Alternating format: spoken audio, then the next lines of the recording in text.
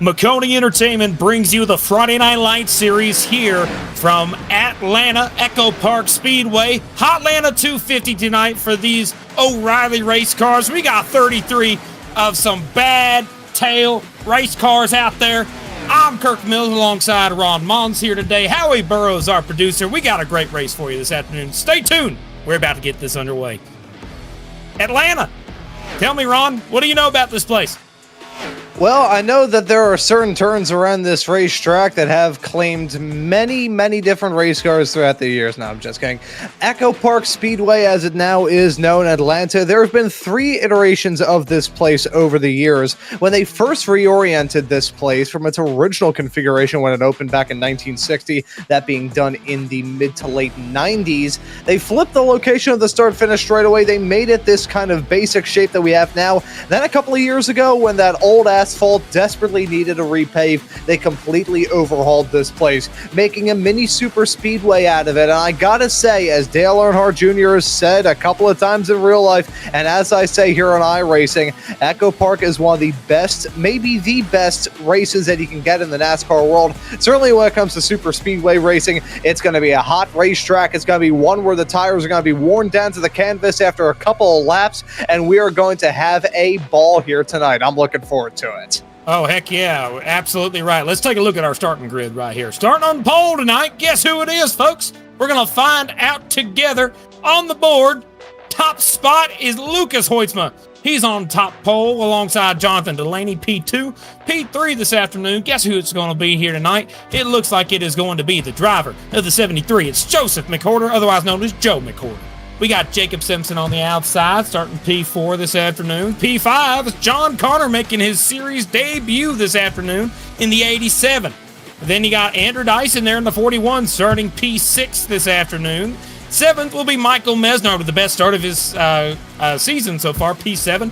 Aiden Amaro will roll off in P8 in that 32 machine.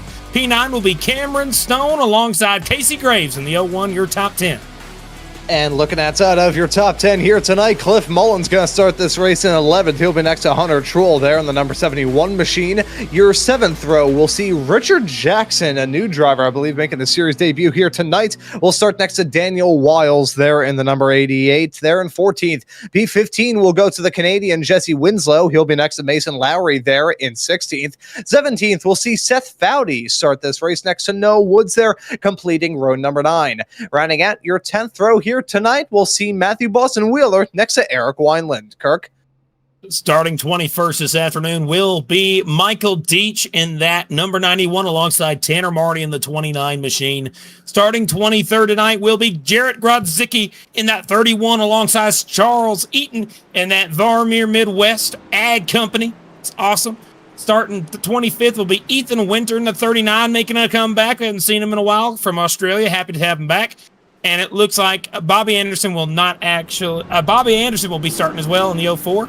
You got 27th starting spot, the 30 car. William Owens alongside Tim Phillips in that 27 machine. And then you got Brandon Hunsinger alongside Bill Hull for the top 30. Following after that, a couple more. Daniel Llewellyn and Steve Benjamin round out 31st, 32nd. And Brian Workman is our final car on the grid.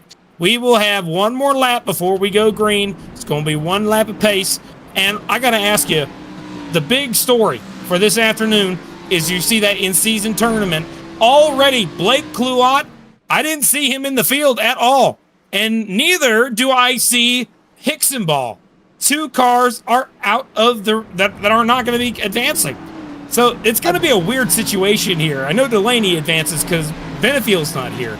But that's going to be happening in the background, but the big story is 110 horsepower, which is phenomenal. Yeah, and I will say one thing about the in-season tournament. There have been some fill-ins for these drivers as we have one more lap until we get the green flag around. Blake Kluot has a fill-in this week, that being Jesse Winslow.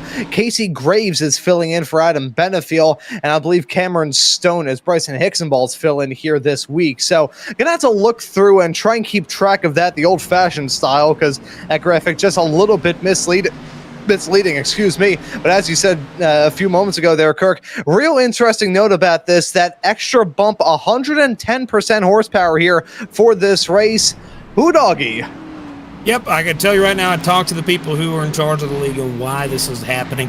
I attended both of the test sessions for the Friday Night Light Series and the Full Length Cup Challenge, and I can tell you, they're trying to keep this race as close to real as possible.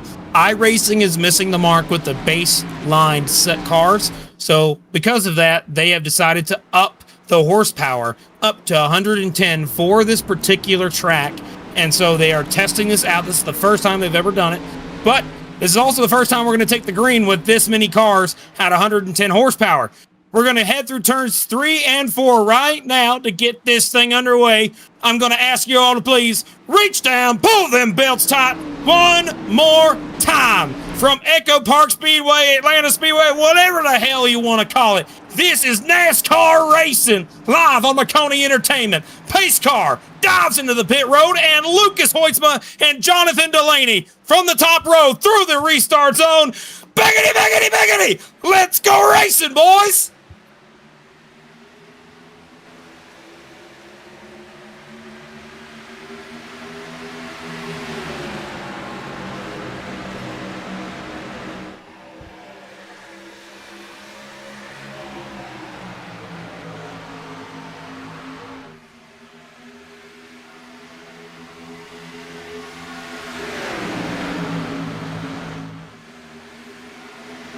For first time around, Lucas Hoytsman is able to secure the lead as the outside line dissolves back to the 4th place for Delaney.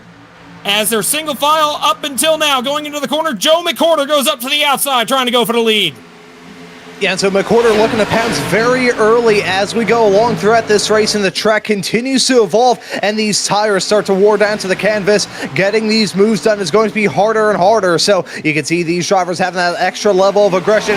McWhorter again, that top spot. Jacob Simpson following in behind. They're still side by side for second, and look at Andrew Dyson finding himself in the midst of a hornet's nest back there as well. Absolutely. Side by side for the second place spot. That 73 has a little bit of help with Simpson. I talked to both McWhorter and Simpson this afternoon. They have decided to work together for this race. That's why they're nose to tail. They're up front and they're going for this lead. Hoytsma is an independent, and it looks like he's got a little bit of help from that 6-car Delaney, who's recovered well after his fall back early in this run. And now you're going to start seeing the cars all start to pack together as back further in the field, there's a large gap between mid-pack to the back of the pack. Something must have happened back there. Yeah, you're seeing a wedge be drawn throughout these drivers with a hammer. You can see how broken up it is. Tanner Marty, essentially on Gilligan's Island right now, finds himself in 17th, not within an arm's reach of those drivers up the road. 1.6 seconds the margin between himself and that pack, and slowly falling into the clutches of the drivers behind. Speaking of that top pack, things really starting to get frenetic at the moment here, Kirk. You can see your top 2 make that top 3 now single filed out, and that is pretty much it as McWhorter going for the dive now. Yeah, I tell you what, that inside line looks attractive, but that top line's going to end up being the line to beat here later in the run. We saw that in the testing session. Will it continue? Only time will tell. But that 97 got shoved to the outside, and he's still hanging on to it. Now McWhorter goes up to that top lane, and that bottom line's starting to get a little bit of avoided. And what I can tell you early on, there was a little bit of an issue with Richard Jackson in his first start. Got a little loose off turn number 2 about 4 laps ago, and he was able to save the car, no contact, but that's why there's a large gap now between 2 packs, now 3 technically, and people are just separating out, trying to survive. Up front, it looks like that there is a pack of approximately 20 cars, all the way back to Eric Wineland and all the way forward to Joe McWhorter. They're 3 wide back there. You can see further back to that 49. This car is leading a small group of cars at the tail of the field now. It's not necessary. Yeah, it's okay. He was able to save the car. It ain't really worth looking at. There's normally a difference between it. If he's able to recover well, we'll look into it. And it will definitely be in the highlights section, but no worries there.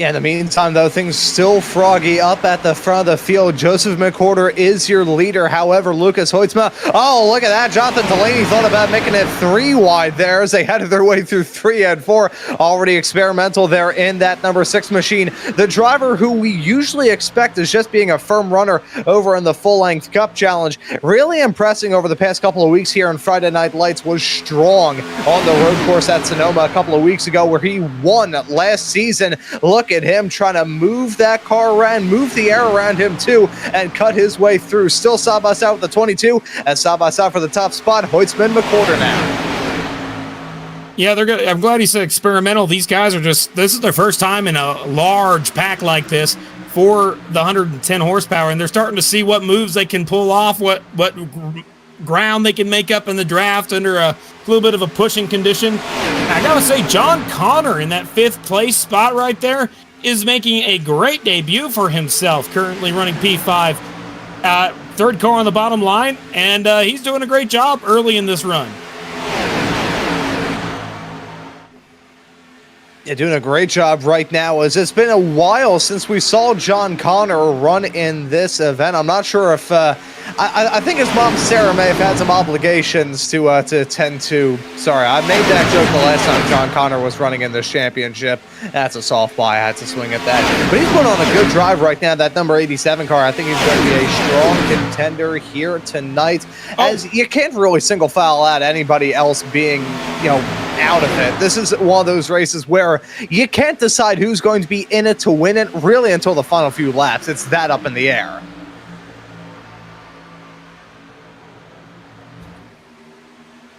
Yeah, this is one of those racetracks where people are going to get loose. They're going to get a little out of whack. As long as they're able to keep the car straight, no contact, they're going to be able to maintain their position. And I tell you what, the big show that we're going to focus on is just up front. You can see it's already changed so much in just 11 laps. We've had different leaders. Joe was up front. 22 was up front. Now the 97's back up front, and Delaney's still trying to catch back up to it. You're seeing cars going from the back to the front, and they're making moves and learning what is possible now so they can put that into use for the end of the race. But again, remember, this is just the top. Looks like now 16 cars that are in this front pack. If you were to look a little bit further back in P17, you get a small line of single file runners that are just trying to make it to the end of the first stage without any controversies. You see that 6 car Delaney slide right up in front of Joe McWhorter. Yeah, I gotta say, now that we're 13 laps into this race, lucky number for sure, we're gonna start to see these drivers get a little bit more skittish out there on the racetrack. The tires aren't gonna be feeling great, and there are a couple of reasons for that. I'm curious, Howie, in the production truck, if we could pull up the track temperatures right now. It gets real tense there between McWhorter and Graves. Yeah, Graves just missed the bottom of the racetrack that time. He's still under a big problem. He's lifting. He's not under the same speed. He's checking up that whole inside line. And guess who that leaves out in the dust? It's Delaney. He has no help. Thankfully, I think he may be able to hitch a ride with somebody here as it gets very close heading down the back straightaway. I was just going to say, as you can see the graphic that we pulled up there, 99 degrees Fahrenheit for the current track temperature. That's not the hottest I've seen on iRacing. I've seen it get close to 160 at a Porsche Cup race at Road Atlanta once. However, that is still scalding hot for a track surface that isn't exactly known for being the best on the tires. Even in the repave, it has gotten to be a bit of a tire killer. So keep an eye on those track temperatures even as we roll throughout the night. That is scalding. If you're walking around this track barefoot, you'd be in pain. So you can imagine how those Goodyears are feeling. I'm glad that is not in my to-do list today. What is in my to-do list is to watch a good race, and we're seeing that right now. Delaney trying to make the bottom line work, but he just has no help. There's nobody on the bottom willing to give him a shot up towards the front. And I said early on, in this race, people are going to want to go to the bottom. It looks attractive. It looks alluring. The 22 goes to the bottom, for example. But the moment he gets there, there's just a large loss of momentum. And the 6 and the 22 both lose some ground on the straight. It looks like you're going to gain so much, and you do it first, but you lose it all so quickly late in the run. It makes it so difficult to try and use that line as we see the 21 get up near the wall. And, I will say, going back to the tire wear discussion, we're seeing these drivers go side by side, and that does put a little bit of extra wear and tear there, as at 6 all around the place, trying to make something work there on the bottom. Nearly ran off into the apron as he headed his way through 1 and 2. Gotta wonder for the back drivers in this pack, the likes of Eric Wineland, Andrew Dyson, Cliff Mullins, Noah Woods, whether they're trying to do a little bit of tire saving right now. We know that Dyson is always very delicate on his tires, just has the hands of a surgeon when it comes to going through these races very quickly, but still not really putting that much of a load on the tire. So gotta wonder whether those drivers in the back running all by themselves, basically sipping a cappuccino in a cafe as these drivers are having a knife fight out in the parking lot farther up the road. Gotta wonder what sort of extra tire life they're getting behind, whether they're going to come alive as we get towards the end of this stage. All right, I can say this right now. The cars are already 1 second slower than they were when they started the race. They have a second of fall off. And these cars up front are the ones that are really, really suffering right now. For example, we'll go and talk about the 97 of Lucas Hoytsma. His fastest lap was on lap 3. He ran a 30.253. His most recent lap was a 31.1. Almost a full second of fall off. For that leader alone, he's side by side with McWhorter, as there are 11 cars behind this huge pack, about 3 seconds back, that are all single file, running the bottom, not running each other hard, and saving tire compared to these guys who are absolutely racing hard. And it's awesome. Joe McWhorter going for the lead. Not enough room to make it happen this time. He's going to lose the momentum, and Hoytsma is going to go around the outside and hang on to the lead if that 22 can't get to the back bumper of the 73. As you can see, that 4-pack of O'Reilly's cars at the front of this field. Familiar names, drivers that we know are strong contenders, but the one driver that I think we should keep an eye out for here is that 22 machine of Jacob Simpson. Been very strong so far here this race, but a strong contender at many times throughout this season. Yes, the consistency hasn't really been on his side more often than not, but he does have one victory, that coming here in the spring. So keep an eye on him throughout this race. I think that 22 machine is going to be a real strong contender come time for the end of this. As long as he's working with his good friend Joe McWhorter right there. He said he was going to work together with that 73, and that's what I've seen so far in the early parts of this race. It's working out for him. Top 5 for both of them. But I can tell you right now is that second pack with the 11 cars, they are catching up to the back of the leaders. That is how much tire they have been saving. And it is working out for these cars at the back of the field. They will be catching this lead pack, who are still side by side for the lead now, as it looks like Delaney made a shot down to the bottom, but he has no help. He's going to be falling back as the outside line is all nose to tail. You really need at least 3 cars to really make any sort of headway in the draft, and you can see the outside line's got those 3. Bottom line only has the 6 right now, and then a car length back to Truel in the 71. Yeah, no, running a draft train here at Atlanta is... Contact 32's loose! Hang on to it tomorrow! Hang on to it! Save it! Save the car, bud! Heck yeah, what a save! Heck yeah, look at that! Aiden Amaro, what a man! That's worth looking at, hell yeah! Oh, he may have a purple race car, but he has got some brown pants after that. Let's take a look at that. Slide 1, slide 2, slide 3, and he held on to it. He kept that thing out of the wall as well. Let's take a look at this. This is going to be reactions of a ninja here as he heads his way through the turn. Look at that. 1 snap, 2 snap, red snap, blue snap. Oh! Wow. That might be move of the year in terms of saves. I've never seen someone struggle it that hard and still save the car. Back up towards the front, though. He's dropped all the way back, and guess what? That one move has obliterated the pack up front. It is now just 1 or 2 cars side by side, and they're trying to remake that pack. But remember that 77 machine, who was Seth Foudy. He was the car who was leading that pack of 11 in the back. He's back up towards the front as Joe McWhorter overtakes the 97 for the lead, and the 22 moves up to P2 side by side for the lead.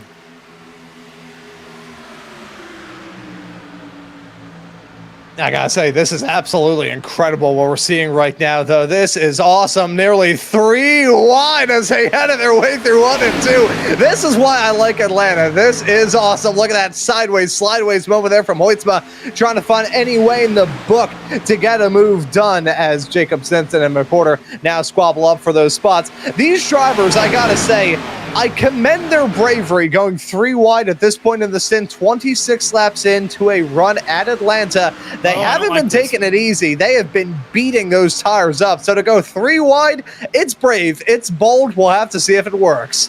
Oh, I don't like it, man. I don't like 3 wide. It's just been so dangerous, man. You get in that middle of that 3 wide like Delaney is right now.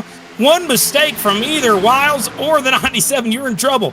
And I'd love it if I was a record driver. There's the 97. He got the wall a little bit. It slowed him up. He's now 3 wide again with the 57 of Cameron Stone. Barely not clear. He put him in the wall a little bit there. 6 cars leaning on the 22's right rear quarter panel. Not just that. This is the most chaotic start to a super speedway race I've ever seen. Oh my goodness me, that nearly ended in tears on about 7 separate occasions. They've kept it remarkably clean considering how hard they've been going at it. Some of these drivers, I gotta say, Kirk, and this is honest, have been going for the capital J jugular so far here, and I'm enjoying it. Hey, if I was one of the record drivers here on iRacing, I'd be licking my lips and probably planning a steak dinner, but this is incredible from our perspective here in the broadcast booth, and although they are starting to calm down, at least for now, it's still tense. Yeah, you see that 6 car, he overcooked his right rear. It smoked throughout turn 1. I think that 6 car's right rear is shot, gone. We might see pit stops before fuel because looking at the lap times, they're almost 2 seconds off the pace. Off of what they ran when they had fresh tires, 2 seconds of fall off. Are you kidding me? As you can see, a little bit of wall contact there behind for the 21 of Eric Wineland. Gotta say, I'm with you there, Kirk. The tire fall off is almost disgusting. Perfect. And it's perfect. I love it. It's fantastic. But for these drivers, it's absolutely repulsive. They're not liking it one bit. We're loving it. This is absolutely incredible. However, these drivers going to be met with a very tricky decision. The only thing that may prevent them from coming down pit lane is the fact that green flag pit stops here at Atlanta, considering how long the pit lane is, they are rancid. You're right. You're absolutely right. You want to stay out as long as possible. You do not want to pit. They're 3 wide. Wiles leaning on the 6 of Delaney. Had to get onto the gas. 6 car is loose. He's trying to save it. He's still loose. Man, he's able to hang on to the car. This is just, you get on each other's doors, the cars just get sideways. That 6 gets loose mostly on entry to the corner. But up front, Joe McWhorter has worked with a good friend of his, that 22 of Jacob Simpson. They are working together. Hunter Trule's a part of that conversation. All of them have worked together to now beat the top 3 cars here. Cameron Stone side by side with the 97. I think Cameron Stone might be one of the bigger movers from this race. I see the 20 car of Eric Wineland. He started P20. He's up to 6th. And then Trule started P12, up to 3rd. I mean, a lot of people are up a lot of spots here. That's the point we're trying to make. 21 trying to shoot a 3 wide. Not quite ready yet, but you can see just, oh my gosh, one bad contact and it's over. Oh, yeah. One small little mistake and these drivers are done. It's like walking across a tightrope. It's so unnerving looking at it, but you just can't keep your eyes off it. It's fantastic. Saw that run that Jonathan Delaney had midway through turn number 3 and 4. He thought about going for it. If he went for it, we probably would have wrecked the whole field. However, that 6 car, it's been an odd case. We saw him smoke that right rear tire not too long ago like it was a brisket for lunch in the summer. However, it looks like he's been able to bounce back like he just fell onto a trampoline. He's not holding on to the best spot in the world. I mean, he's P6. That's not exactly a bad spot to be in, but I still think he has a very good shot to at least get a good run here in this stage. Remember that 77 of Seth Fowdy who was leading that 11 car pack? He's on the tail end of this pack now. He is there. He's up to P14. Remember, 16 cars were a part of that first lead pack for the first part of this run, but now the 77, who I think has better tires than everybody in this pack, is making moves. He's up to 13th just then. Now he's going for P12. He's trying to get underneath Dyson. But the thing I'm noticing is tremendous volatility based on where you started. You can start up front, run up front all day if you really want to, as they're leaning door to door for the lead. Hoytsma and McCord are leaning on each other, but one mistake sends you straight to the back, or you could just have a series of great laps and go from the back to the front just like that. We saw Eric Weiland do it. He started P20. He is all the way up to the top 5. Look at him on your screen, that 21 machine. Yeah, I think we saw a couple of drivers do that as of recent here in this race. We noted the pack that we had a matter of about 15 laps ago. It was about 13 cars. Now, however, this pack has grown to 17. Michael Mesnard, currently the last car of this train, far back in the reaches, but still getting a whiff of the draft of these top runners. It is growing in numbers. I'm not sure if it's going to grow anywhere from here. However, we're seeing a massive gaggle of race cars as we get closer and closer to the end of the stage as well, Kirk. We're only 10 laps away from the end of the stage, and I really don't think any driver has proven themselves to be the clear shot, balls to the wall, #1 best. And looks like that there was a penalty under that last run a little bit. Jesse Winslow in the car 59 was sent to the pits for a connection flag issue. And now, as we're looking at the cars on the front stretch, the sun is gone. The sun has decided to make a pit stop. He is out of the sky for a minute. That might cool. It's gotten hotter. It's baking the track right there. And what I could say, new leader Hoytsman gets the lead. Battle for second still rages on. You can get the lead for a while, but it doesn't look like you can hang on to it forever. You have to. Oh, there goes the Cameron Stone leaning on the 22. Almost wrecked him. Still doing okay, but you can see how close these battles are. And we are racing to lap 45 for the stage win. These guys want to get there safely, but I don't see it happening. There's people lifting. You can see fire off the exhaust going into the corners. Like, the cars are lifting heavy to try and make the corner. It's amazing. And as awesome as this is from our perspective in the broadcast booth, for these drivers, tires that are worn down to the canvas and a track that continues to heat up, it's a cocktail of crud for these competitors, and they're not wanting to take a sip out of it. However, they're still forced to lie in the bet that they have made, and it is brilliant to see. Still side by side between Delaney and McCorder here for second. Hoytsma looking to take advantage of this and try and pull away, already 0.3 of a second clear. However, they finally single file at McCorder, getting the nose out to jump his way up in a second. He has 5 laps to try and reel in Hoytsman to try and capture the stage win. After a disappointing run through the spring for Joseph McCorder, I think he's looking to bounce back in the regular season points as we get close to the start of the chase. Yeah, I'm going to have to ask, can we get the gyro camera on Noah Woods right now?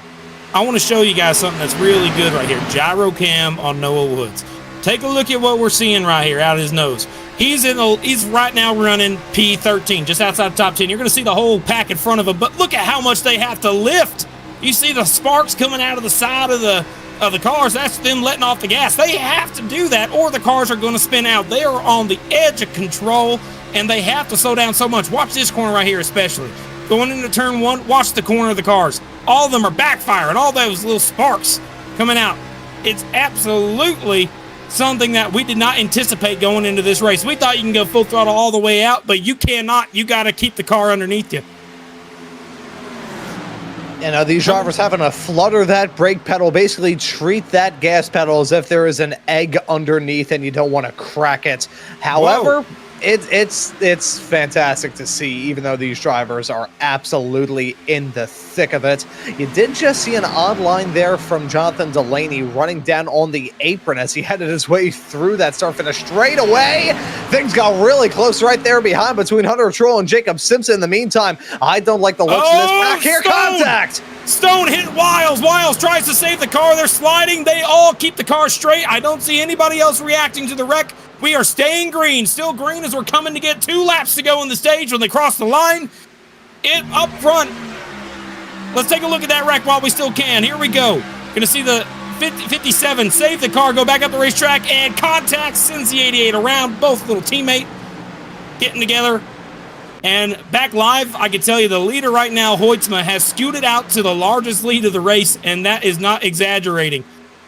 They have not been able to catch back up to that 97. Coming to get one more lap to go on the stage, side by side for second. Delaney and Joe McWhorter there running P2 and 3. But Eric Wineland has shown up to P4. Where did he come from? He's trying the very top lane, trying to chase down Hoytsma. Will anybody get there in time? We're going to find out here in less than half a lap. As up into the wall goes Truel. Truel's in the wall, off the base, falling off, going back. And it looks like Hoytsma's, as long as he's able to navigate these final 2 corners, he's going to get this in the bag. Out of turn number 4. Oh, there's a 6 car shoving him up. 3 wide for P2, but Hoytsma wins the stage. And it looks like the 73 of Joe McWhorter will hang on to P2. And what a run. That is phenomenal. So let's go ahead real quick. Oh my goodness. I think we're going to look at our results now. Holy cow. Hoytsma. This is the results after 1 stage. I cannot believe what I just saw. This has been the most entertaining racing that I've seen all year long. When they didn't even wreck. They nearly did, though. Oh, yeah, but that's the best part. Yeah, they nearly did. Emphasis on nearly, because they didn't. Good man. All right, folks, we're going to take a quick step aside. You're watching Maconi Entertainment live from Echo Park, Atlanta. I don't care what you call it.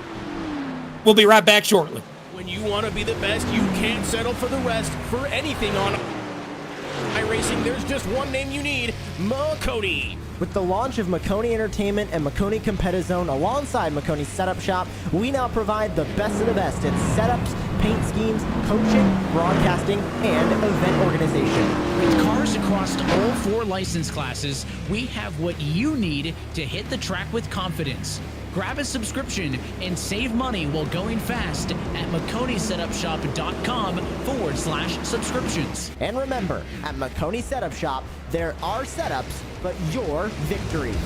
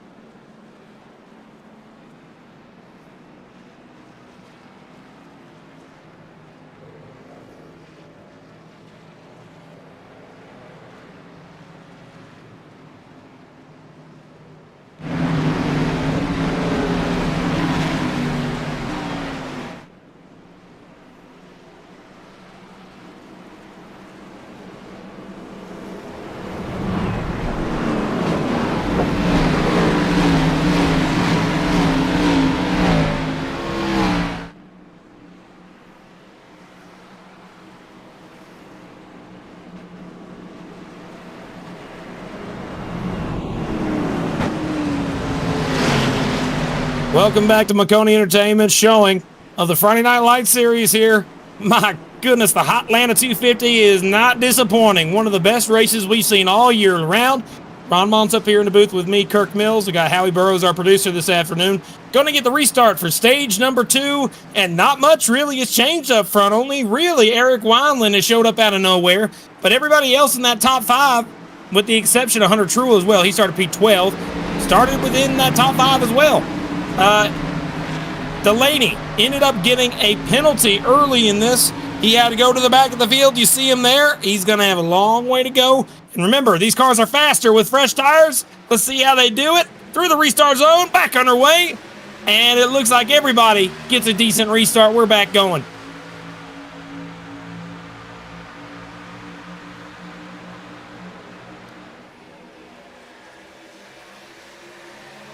Already, remember that 3-car tandem. It works so much better than just 2 cars pushing each other. In this particular car, on this particular track, 3 cars is a lot better than 2. And look at that move right there. 97 went up to block McCorder. McCorder dives to the bottom to use the momentum to try to take over the lead here in Echo Park. He slides up. He gets it.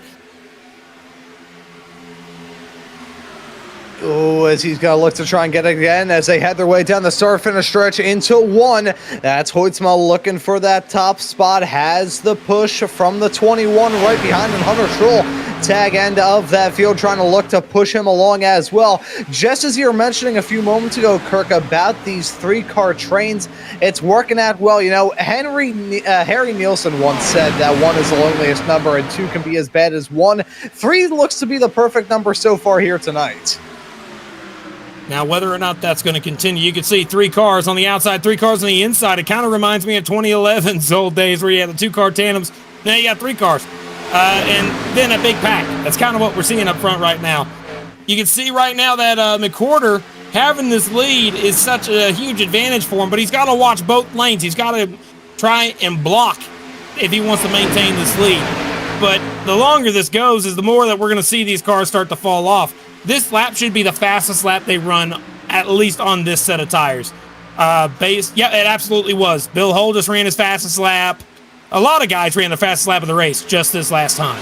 So, I mean, it's gonna, that's how we've normally seen it. Leaders did that as well, as Hoytsma takes the outside spot.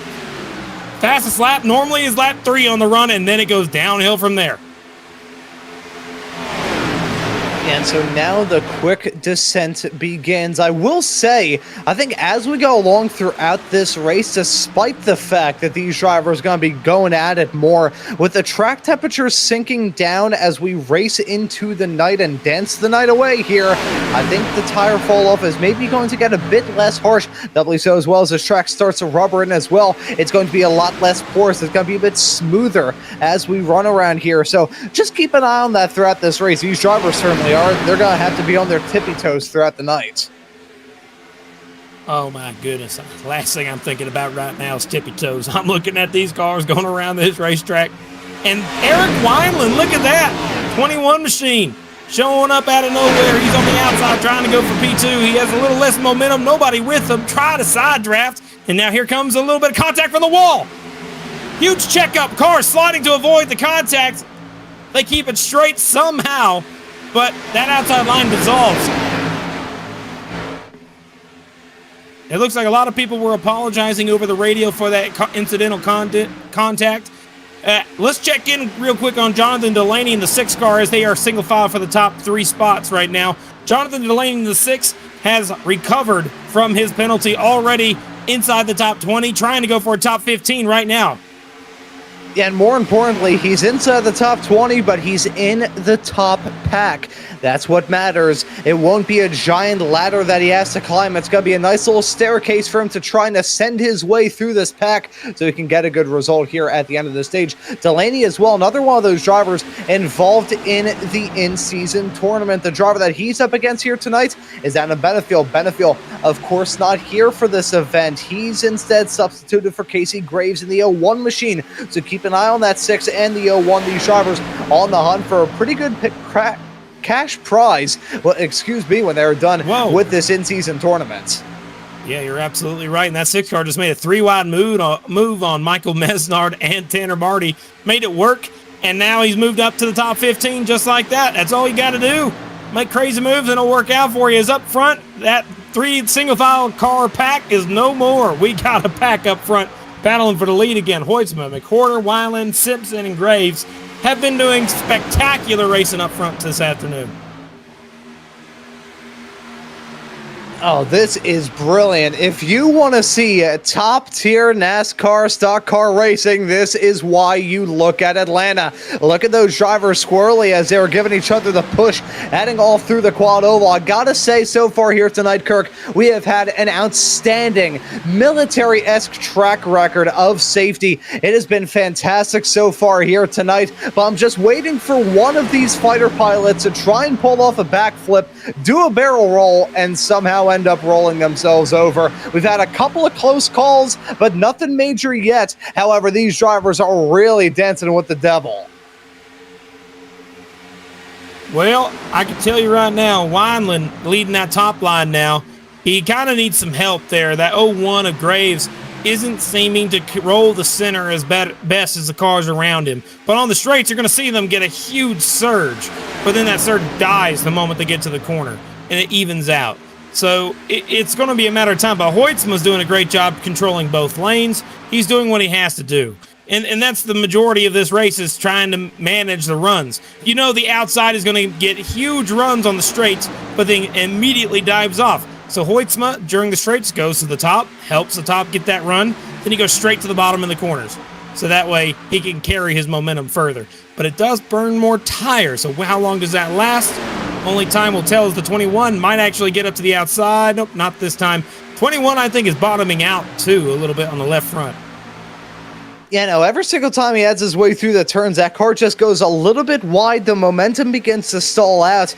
And you think back to how that first stage ended. Despite the fact it was so competitive, we got towards the end of that stage and your top runner was just checked out from the rest of the pack. Lucas Hoytsma looking to do the same here in the second stage. If Eric Wineland acts like more of a rolling roadblock, it's going to be the top two breaking away. He is getting chewed up and spat as you could just see that car get super tight midway through the turn. I'm with you there, Kirk. I don't think everything is sunshine, lollipops, and rainbows with that 21. Yeah, right there. The 73 and the 97, though, they just had themselves a big old switcheroo. 97 lost the lead. 73 was pushed by Wineland up to the lead. Now they're door banging by Wineland. Side-by-side contact for P2 down the back straightaway. Look at that bright light. You can barely see anything. It's just, I didn't like the orientation they built this track. The sun needs to set behind the grandstands, not to the right of it. That's why everybody gets sunburn every time you go to Echo Park. Man, it's pretty rough. But I can say right now, with utmost confidence, Lucas Hoytsma has been the defender of the year when it comes to super speedway racing. See, he goes up to the top that time. He's letting McWhorter get the bottom. Now, why is that? That is the question I'm curious about. I don't think he got to the bottom in time. That may have been the mistake. They're side by side for the lead all the way through this field. It looks like a pace lap, but way faster. It's formation flying as that 21 once again gets very flirtatious with that outside wall. Something is sour with that car. I'm not sure if it's an adjustment or just a fundamental setup issue. He was strong, though, as we got towards the end of that first stage. So maybe it's just that car's a bit of a slow burner, but either way, he is all skittish and all squirreled up as he heads his way through turn number 3 and 4. Let's take a look at this time around. Fires it off into the turn, immediately jumps up into that third lane and gets closer and closer to that wall with every single point in time and stacks up the field more behind that 01 of Casey Graves nearly got into him. 31.1 for the leader, folks. That is now officially right around 1 second to fall off from that 53 lap time of 20.2. He's about a half a tenth from being a full 1 second. So now the speed is going to start slowing significantly. It takes approximately 13 to 15 laps for these cars to lose 1 second on the racetrack of fall off. And look at the 73. He goes up, almost causes a big wreck right there. Cleared his way through. McWhorter takes over to the lead with a very last-second block. If this was, they're wrecking on the front straightaway. Car sideways at the back of the field. It looks like it may be the 97. Let's see, John Connor. It looks like actually the car shows the number. Let's see what happened here first. 37 rather, 37. 23 on the bottom, 37 on the top. Not quite clear.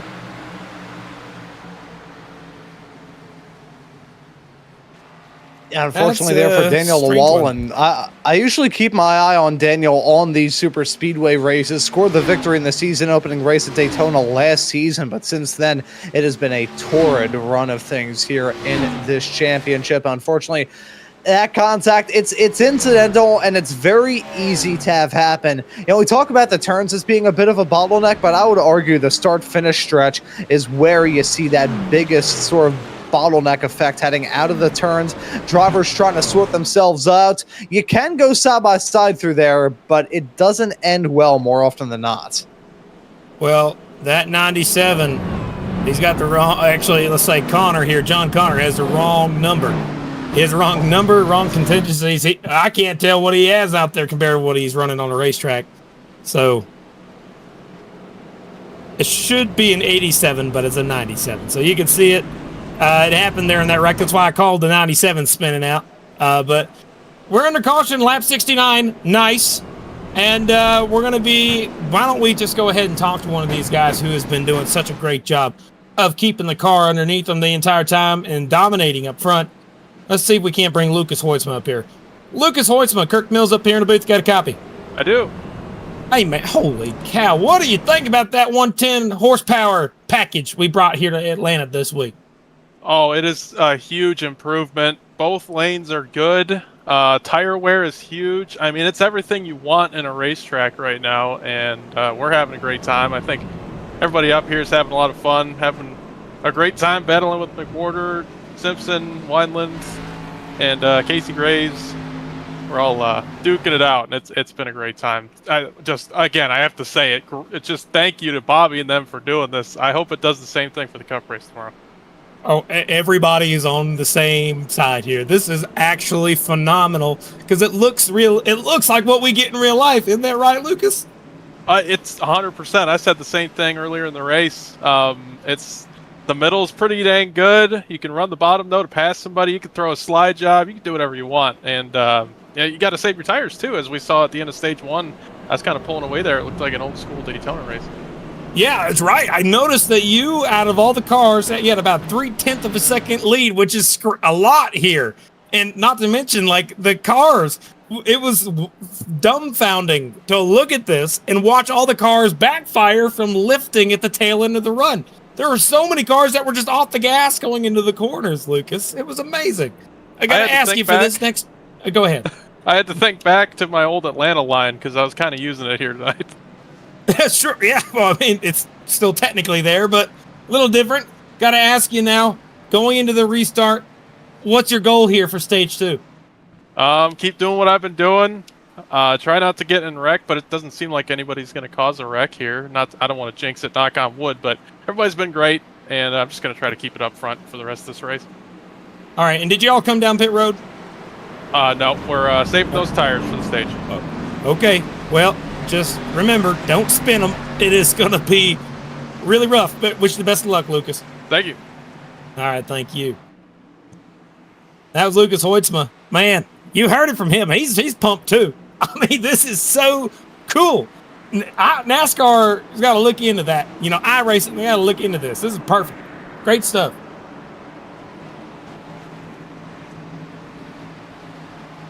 It is so good. So again, we're trying to simulate how track ages, it wears, and that's what we're seeing right now. Car, it's I'll amazing. still take more All right, horsepower though. True. I mean, I tell you, we're going to see this on this restart. Watch the wheel spin.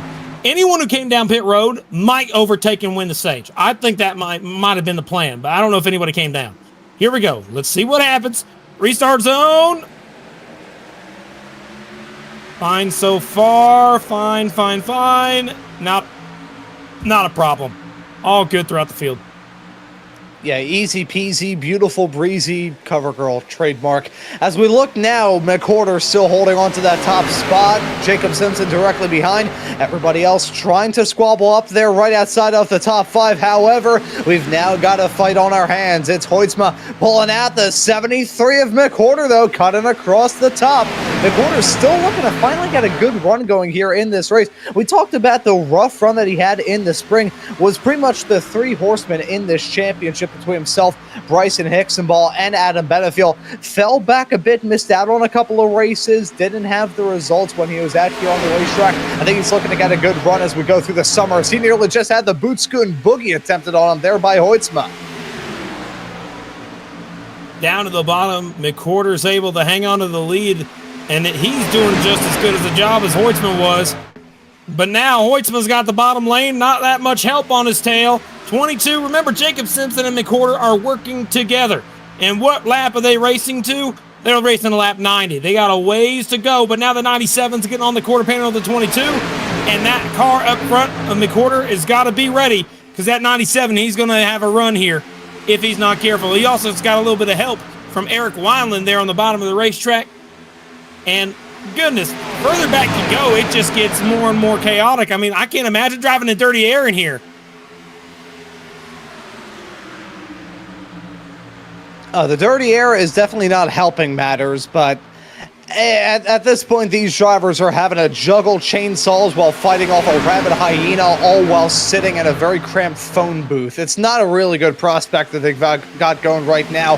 Just add in more stuff on top of that, it's not even going to seem like that bad of a deal to these racers. You can see right now a bit of a wedge being drawn. You see Jonathan Delaney and Cameron Stone back of this little pack right now.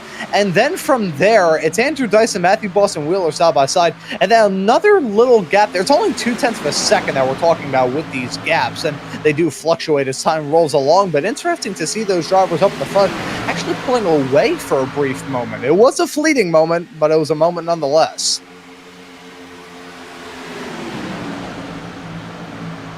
Well, at this point, you're seeing the cars up front. One mistake is all it takes. One wrong line choice, one big run that can develop. I think the outside line's going to get a big run right here soon. 97's going to shoot to the bottom. Take a look at this right up here for the lead. Up front, 97 shoots to the bottom. Up front, lead. Side by side for the lead. Let's see if we can get it. There you go. All right. Down to the bottom. He's been there the last couple of laps. He had a big run when they went 3 wide behind him. And the 6-car Delaney has recovered. He's already back up into the top 10. Delaney is back. Oh, he made contact with the 01. He saves the car after hitting the 71 of Truel. 8 tires is better than 1. He's able to keep the car straight, and they didn't lose any time. A quote from the driver: I might have S'd myself pretty good, according to what Casey Graves just said on the radio. Yeah, holy S. Yeah, you get it. Holy, yeah, he definitely needed a new pair of undergarments. All right, up front, back to it, live, in the flesh. This battle for this lead ain't over. It's the same characters, just a different position every lap. I love that. This is so good. These guys are doing what they got to do to maintain position. But what I'm noticing is, unless your name is Jonathan Delaney, it is so difficult to make up any spots here. Even Dyson has been sitting at the tail of the top 10 most of this run. He's sitting P8. Cameron Stone's one of those cars. Oh, leaning on him is that 897 on the 22. Even more, it's about trying to find a hole where it doesn't exist and making it. That 6 car has been real good at sending it 3 wide in the middle. So if I were Casey Graves, I'd be a little worried about defending any lower than the middle. You don't want. Oh, he's loose. He's loose. He went down to the bottom because he was so loose.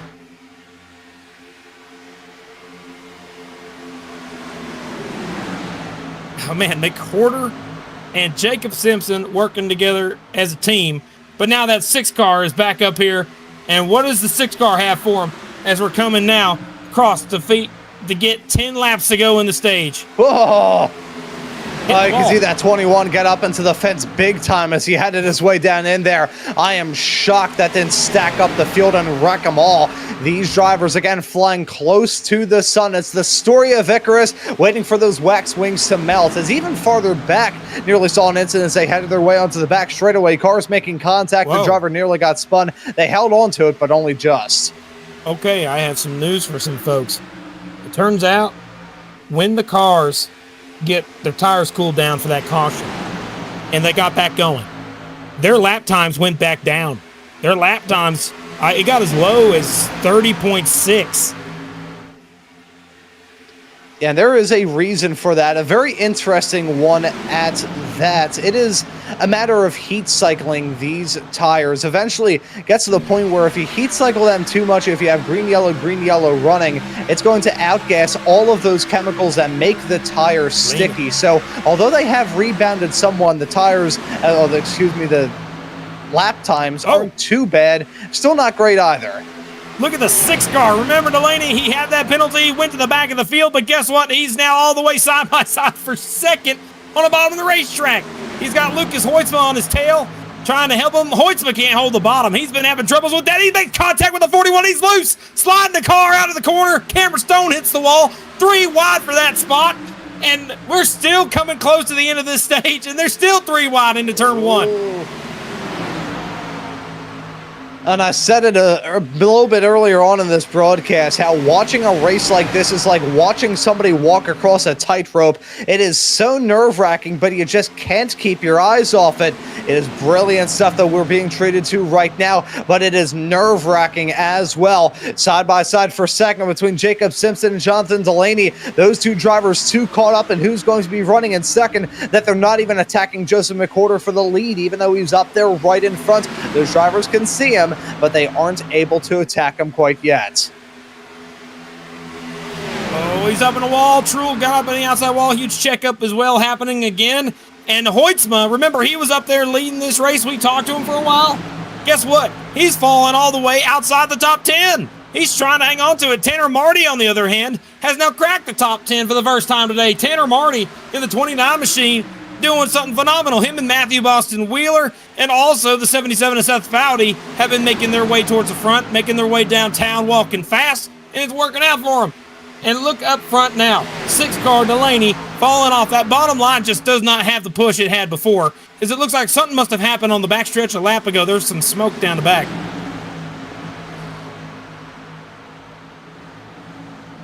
Yeah, so as the drama begins to brew and the tension still increases, and the 6 and the 71 nearly make contact.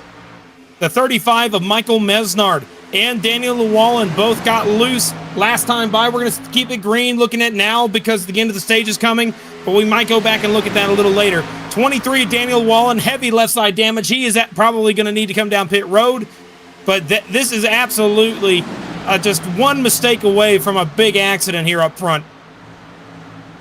Yeah, again, these drivers dancing with the devil, playing with fire. They're not even playing with fire. They're doing jumping jacks in front of a firing squad right now. But as these drivers continue to squabble up, one driver sticking their nose into this fight that I don't think either of us expected as being one driver that would really contend for stage points is that of Tanner Marty. I said that he was on Gilligan's Island a little bit earlier on. I think he struck some fire, though. I think the Coast Guard pitched a ride with him, and he's gone back up into the top 10. Marty running strong right now, and hey, if some drama were to go on farther up the road and he kept his nose clean through it, he'd have a very good shot to get some stage points, as we are getting very, very close to the end of it now. 2 laps to go in this stage. You're right. Anything can happen up front. You can see Jacob Simpson. He's pulled into P2. 6 car tries to pull up. He doesn't have enough room. Truel's going to be able to slide into that spot. 6 car's going to have to find another way to get there. The 22 of Jacob Simpson and the 73 of McWhorter. They talked to me before this race started. The 22 informed me that he was going to try and let that 73 get as many stage points as humanly possible. Help him get all the stage wins he could possibly get. But what he wanted in return was the win of the race. 22 is being that teammate right now on the final lap of stage 2, currently leading. The top 2 spots are him and his buddy. Here comes the 6 of Delaney trying to go to the bottom. Delaney dives it in, gets blocked off. from the 73. 6 slides up the hill. Here comes us 21.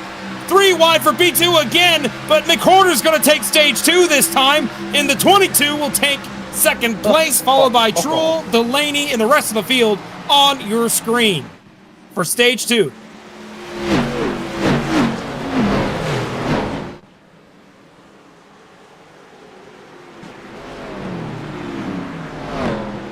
Wow. Look at those gaps at the end of that stage there, Kirk. And you compare that to what we saw at the end of stage 1. If that's a preview of what kind of finish we're going to have here tonight, well, is the Ken Squire line, Grandma, get your teeth out of your book bag because things are about to get wild. Things are going to get wild here real quick as we now get into that final stage. Well, I tell you, I never heard of that one, but I'm adding that to my encyclopedia of things I've heard. Anyway, I gotta say, don't lose us. We're gonna take a quick step aside as they go to do pit stops. We'll be right back. You're watching Maconi Entertainment's Friday Night Lights series for the Hotlanta 250. I'm Kirk Mills. Ron Mons up here in the booth. Howie Burrows, our producer. We'll be right back here shortly. When you want to be the best, you can't settle for the rest. For anything on iRacing, there's just one name you need, Maconi. With the launch of Maconi Entertainment and Maconi Competizone alongside Maconi Setup Shop, we now provide the best of the best in setups, paint schemes, coaching, broadcasting, and event organization. With cars across all 4 license classes, we have what you need to hit the track with confidence. Grab a subscription and save money while going fast at MaconiSetupShop.com/subscriptions. And remember, at Maconi Setup Shop, there are setups, but your victories.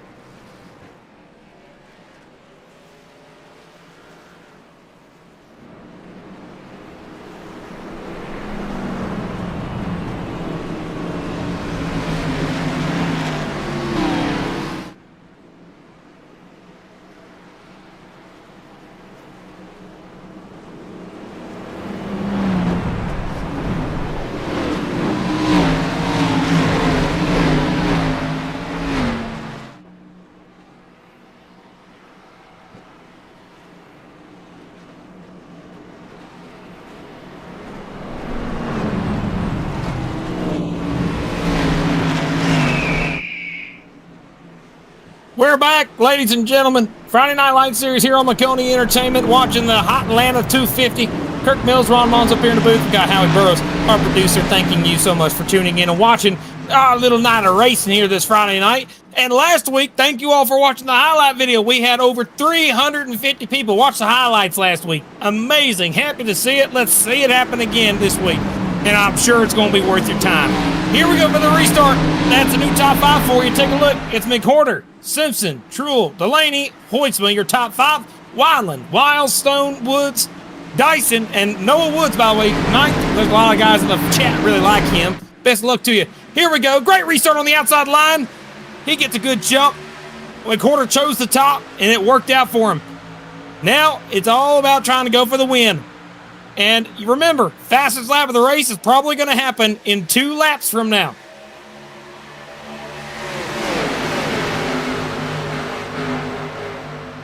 Oh, there we go. 3 wide. Down the back straightaway already. You can see 21 of Eric Weiland shooting it down 3 wide. Not quite enough. Had to back out of it. Jacob Simpson hangs on to it in the 22, slides up the hill. As the top 2 really scoot out to a little bit of a lead, that's Truel and McHorter, teammates, scooting out ahead of the rest of the field. Yeah, forget playing the fast lap game. These drivers are playing the Freebird guitar solo. They are going for it already here in this stage. Top 3, though, breakaway right now. 0.3 of a second back to Jonathan Delaney, trying to string this pack together. As side by side now, Simpson looking for it on Truel. That 71 car has been quietly quick here tonight. Keep an eye on him. Yeah, it's going to be a Chevy leading this thing side by side. Behind him is a Toyota and a Ford. That is going to be absolutely wild. And I can tell you, the longer this goes, just behind all this, Daniel Wiles in the 88 car is going to close in some gap there with the 21. This is going to be the lap where I think the speed's going to start showing. Either this one or the next one. I think it's going to be this one and the next one is where we're going to see fast laps of the race. It's going to happen here. Extra, there will be a graphic when it happens. Be ready for it. 3 wide. Look at that move for the 22 going to the inside of the 6 of Delaney. It'll be the next time by when it happens. At least statistically, it'll be the next time by. Oh, as you could just barely see Jacob Simpson slot in. It was a matter of an inch between himself and the front end of Delaney when he cleared himself up. He's going for it, though, looking for the bottom as he heads his way through turn number 3 and 4. Hunter Truel slamming that window directly shut in his face as the 6 looking for it around the outside of the 22. Just like that, crossing the line. Anybody getting it? Let's see. Nope. I think that will do it for this time. No fast laps. Very close, but not quite. All right, folks. Now, single file up front. This is the first time we've seen this. A little bit of side-by-side action there in P3. Simpson and Delaney. We kind of seen that happen all day long so far. But the real match, I think, is going to be hanging on to the lead draft. And right now, there's a group of cars, starting with the 44 Cliff Mullins, that might be losing that lead draft very, very shortly if he hasn't already. Seth Foudy getting sent back down there on the number 77 machine. Lost out on 2 spots in the span of about a second. I was worried that he may have been in trouble. Finds himself on the Hornets nest, but keeping it smooth on the road right now. As we've got some really interesting cases at the back end of this pack. We got Seth Foudy there involved. Andrew Dyson, who's finally finding his footing here on the ovals, but just hasn't really been able to get out of first gear so far here tonight. John Cooper, who we saw have that spin heading his way through that start-finish straightaway not too long ago. He's bounced back, running in a very fitting 13th at the current moment. Tanner Marty, Matthew Boston Wheeler, other drivers involved in that train as well.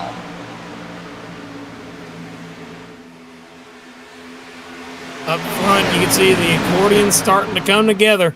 The leaders that were ahead in a little single file run, they're starting to lose that advantage, and the rest of the cars behind them are chasing them back down. Leader of that second pack now is Brandon Hunsinger, running P19 right now. He ran a 30.8, and the last car in the pack just in front of him was a 30.6. 30.8 for Andrew Dyson up there in that pack as well. I don't know if they're necessarily catching. They might be maintaining. But right here, the 6 and the 73, nose to tail. Delaney takes the lead for the first time today.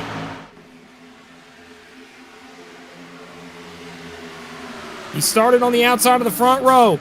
He got up to the lead this time for the first time, but now he's back under fire. Hoytsma on the top, Truhl giving him a shot, and now we got formation flying out of turn number 2.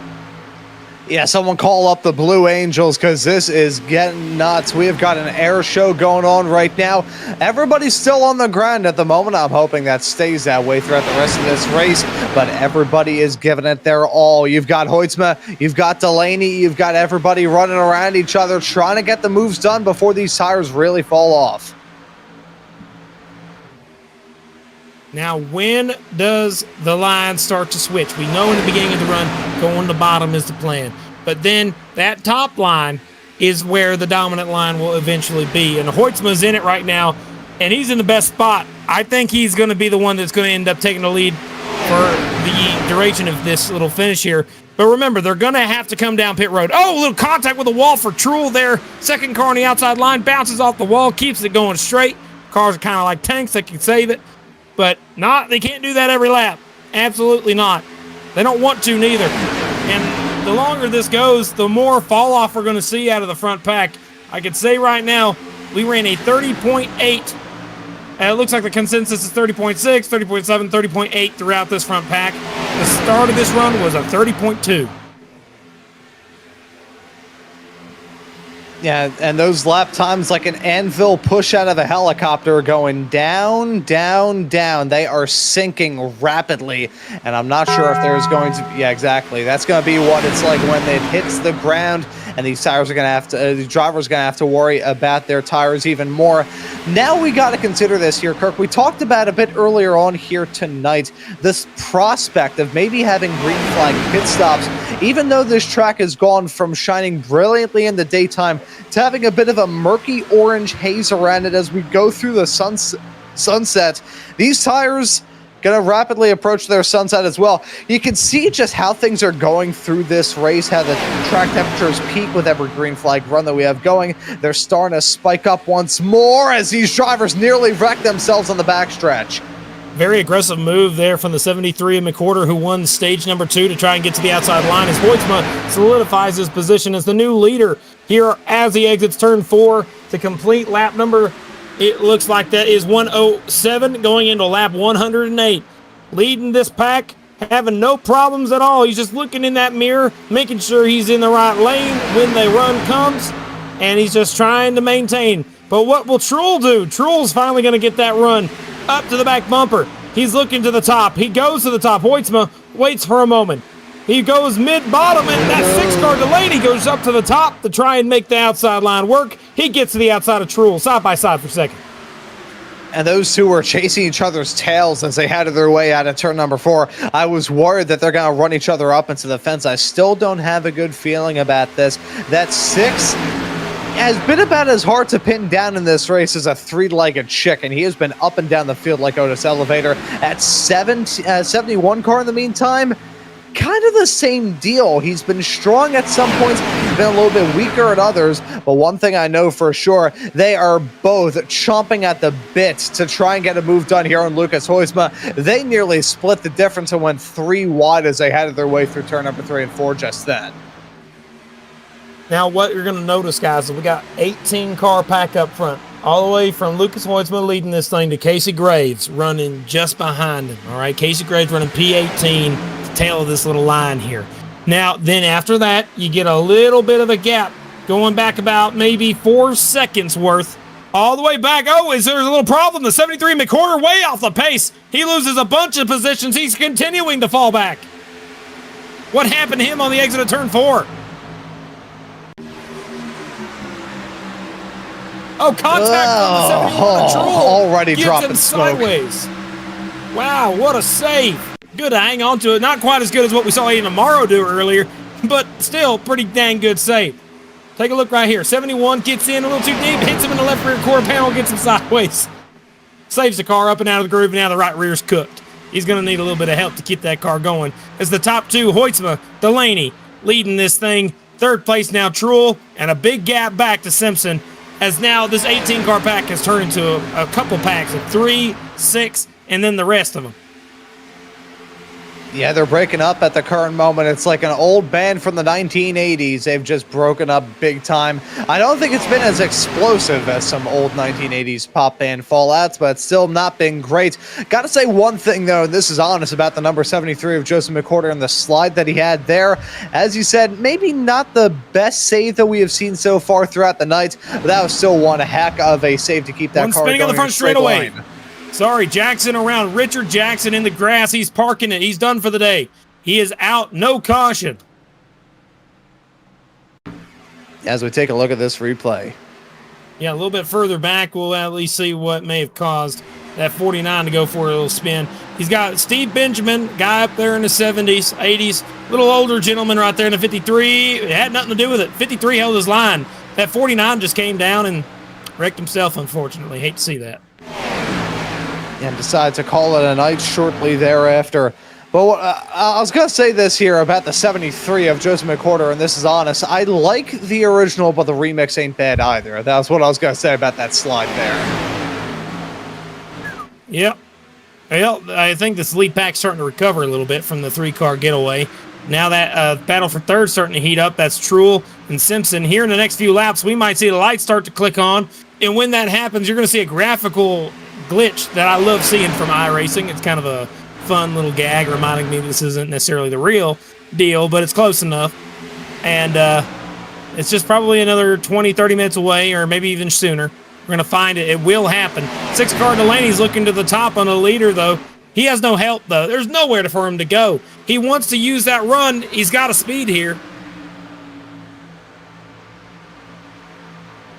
As you can see, some motes of dust getting kicked up there, adding out of turn number 4. I believe that's still the remnants of that slide that we saw there from the 49 a bit earlier on. You would think that it would have gone away by this point, but it feels like this track's almost like an oven, or a Dutch oven at that. Everything's just remaining still. I'll be honest with you. That was from the previous spin, so it was not another car. So it is what it is. This lead pack now has dissolved, and it is now a 7-car pack, I believe. 8-car pack, rather. John Connor being the last one in this pack up in the front of the group here. Then you go back to 9th, Matthew Boston Wheeler. He's running back about 2nd and a half behind that first pack. And so this is going to be the real question is, when do you come down pit road for tires and gas? And what are you going to do if we stay green the entire time? That would be an absolute chaotic choice, because then you have to decide, okay, where does tires matter? And we know they do. In 13 laps, you can go from running a 1 lap time to a full second slower. Picking the right lap is going to be crucial. And I think staying out as long as humanly possible could be the way to win, but it could also be a way that you could lose big time if people short pit. Yeah, so I think those pit stops are going to mean everything for these drivers. As much as they're probably not hoping for a falling anvil to come down on them, they're probably hoping for a falling anvil to come down on others and bring a yellow out so they don't have to worry about green flag stops. But how the racing gods usually reward a thought like that is giving you the falling anvil. So these drivers can't really be thinking too much about, okay, I want to see a crash farther in the back so I can come down and not have to worry about green flag stops, because next thing you know, they'll be involved in an accident. I've seen that so many times. Drivers hoping for a yellow usually end up being the cause of it. All right. Well, if we could, can we pull up a graphic of the distance between the 21 of Eric Wineland and the 10-car Matthew Boston Wheeler real quick? I think that's going to be important for us to monitor as this continues, because this is going to be the gap from the first pack to the second pack. If we can get that graphic up, there we go. You can see right there. This is from 8th to 9th. It's a 2-second gap. And if they're gaining anything, we'll be able to see it get smaller. But I can say right now, sometimes it gets smaller, but then it goes right back up. So it could go either way. I think that they're losing ground to this lead pack. Now, how long that lasts is a matter of time. We'll find out. But the 22 is now making a shot here for second place on the leaderboard, going to the bottom of the 6. Not able to make it work that time. We'll have to fall back in, and they're single file for the front 8.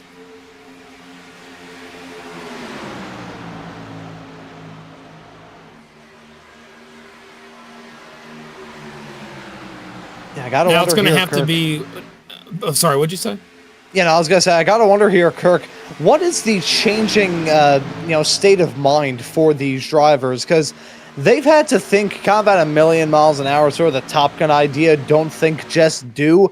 Now, though, they're gonna have to start strategizing in their heads, and even though that's going to be a bit of a task running as fast as they are and as competitive as they are, they're going to have to start thinking about how to go about this race in a smart way, not just hacking at it all the time. They need to be a bit more methodical about this final stage than they have been in the last two. Yeah, I'm trying to see if anybody's pulling any strategies, but I'm not seeing anything. Drivers should be right now, if you're out there in the racetrack in this lead pack, save your tire. Go as long as you humanly can, then pit. That's going to be my mindset. Or look until someone in your pack pits, wait 3 laps, and then come down. That 3 laps could be the difference between you catching them and you not.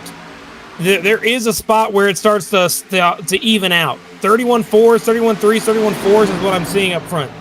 So it does even out. And when that happens, it just depends. Everybody is going to have to hit that point when that does happen and adjust. I think you got to come down together as a group. It reminds me of the old Talladega plans when you come down to pit road in the big super speedways. Talladega, Daytona, you cannot pit without having a partner.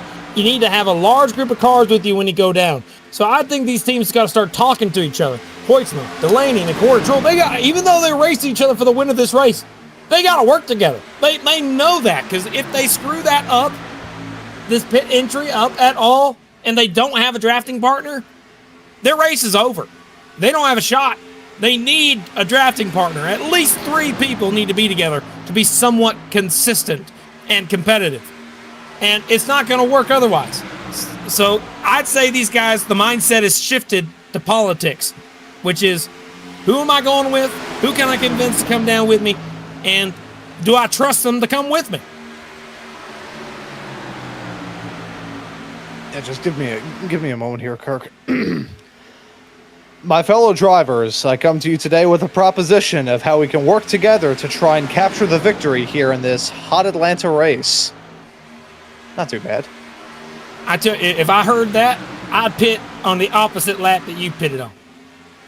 Sorry, Ron, but I'd wait for you to pit and then forget to brake. That's what I do. I just go in there. That's it. But now the pit entry no here, ice by the cream way, Sunday Ron. for you then, I suppose. No, I don't want no ice cream sundae. I'm good. I'm fine. I'm just joking with you, buddy. But I could say right here, the thing is, with these 8 cars, what I'm realizing too is look at this entry to pit road. It's on back straightaway. You're going to see this happen where they're going to have to carry a lot of speed through turns 3 and 4 on the apron. There is no pit road speed limit, I believe, until you get to turn 1. To get to the exit of turn 4. So you have full throttle all the way to that yellow cone right there. And you got to keep the car steady throughout that entire corner on really hot tires. The cars are slow. Pardon me. Cars are slower. They're not going to be able to handle it. And now we're just looking at pit road. When are these guys going to make the move? Hoytsma leading this thing again. Delaney P2, 73 of McWhorter P3 as well. I gotta say, Ron, I'm looking at this race. Who's your pick based on this chaotic anything? Oh, there's the point. That's my graphical moment. I love it. Yeah. Now, who's your pick to win this one here, Ron?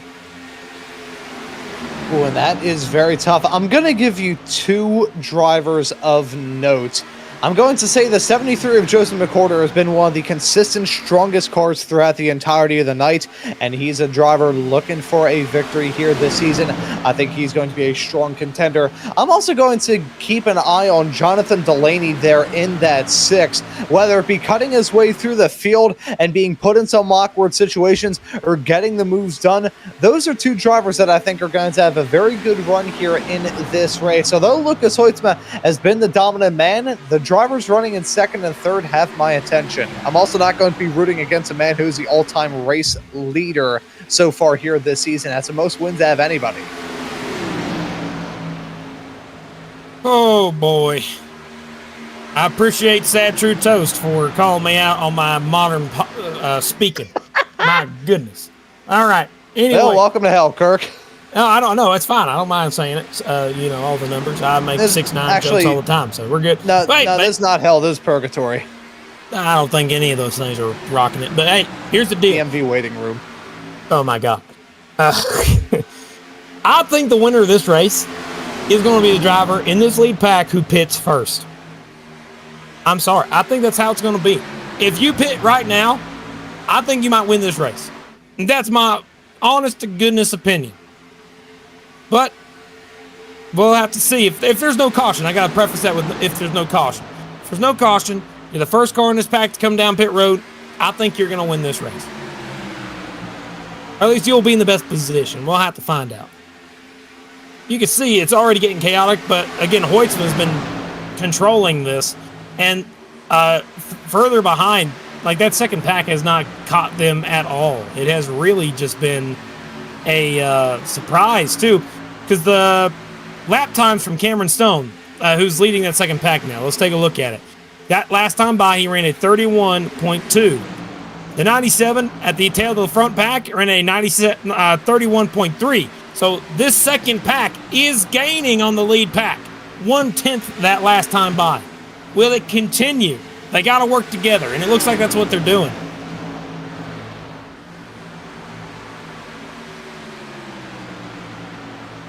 You know, as my middle school counselor once told me, teamwork does make the dream work. So maybe this is a strategy to work with here. We'll have to find out. I gotta say, though, Kirk, looking at the state of this race, 30 laps left to go. The sun's starting to sink lower and lower into that horizon. These drivers starting to dance the night away. Things just got changed. Eric Wineland, first driver to come down pit lane there. Okay, that's a big one. Eric Wineland coming down pit road. That is going to be the major point of this race, I think, is going to be super important right now. Okay, let's see how he goes down pit road, because it looks like that as he's entering this pit lane right now, Wineland had to go as fast as he could without leaving that line. I think he did that, and he made pit road speed. He's got a little bit of right front damage, though, somewhere at some point. So Wineland's the first in the big group to actually come down pit road. He's got a little bit of right side damage, though.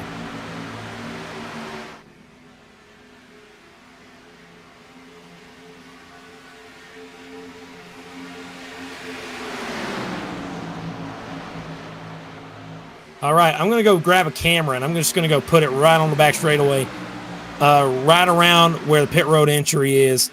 And that way I can keep an eye on it and see who's coming down, who's not. This time, nobody heading down pit road. Nobody in either of the front packs. Wineland's the only car to go down pit road, and I think it's his best shot. He hasn't had the speed to be up in the top spot yet, but this might be the chance to actually show he can. So, oh, wait a minute. No, his pit stop times were crazy long. Something happened to Wineland. Yeah, I think he got a penalty, probably pit lane speeding penalty. Either way, it's like though Wineland out of the fight. That is a heartbreaker for him. It has been a season of bad luck for the driver of the 21, and yet again, something goes around. I think at this point, considering he is actively serving that penalty, I think it may be a little bit hard to tell, but yeah. All right, so he had a moment. He got wrecked. He got wrecked. 22 car. This was on lap 134 heading on the front straightaway. So 134 on the backstretch going into the front straightaway. Eric, that is what happened. Wineland hit the apron, went up the racetrack, got loose. The 22 at Jacob Simpson tried to go to the bottom. 21 was there and oh man, this ain't good. Watch what happens here. The pit tower on the right is accurate to real time. So Tim Phillips, first one to actually come down. Watch this 21 and the 22 here. I don't think the 22 did anything wrong necessarily. Oh. But right there, that's why he came down pit road. It was not because he wanted to come down pit road. It was because he got involved in an incident. He kept the car going, still green, but that's what ended up happening. I thought Wineland was trying to pull some strat. Didn't really work. And we are still looking for cars to come down pit road. Who is going to be the first that's actually going to be needing to come down pit road? Yeah, 47 laps on this stint. We're venturing off now into the unknown with 23 laps left to go here. it is going to be borderline. I think these drivers are just holding out hope for a yellow, because if they come down pit lane under green flag conditions and then a yellow comes out once they're done with their stops, they're going to be caught with their pants around their ankles. So they're holding out hope for something, anything to go on here. Both the state of the field and how these drivers are spread out like a piece of butter melted over a piece of warm toasted sourdough bread, I really don't think that we are going to see that yellow that these drivers are potentially hoping for.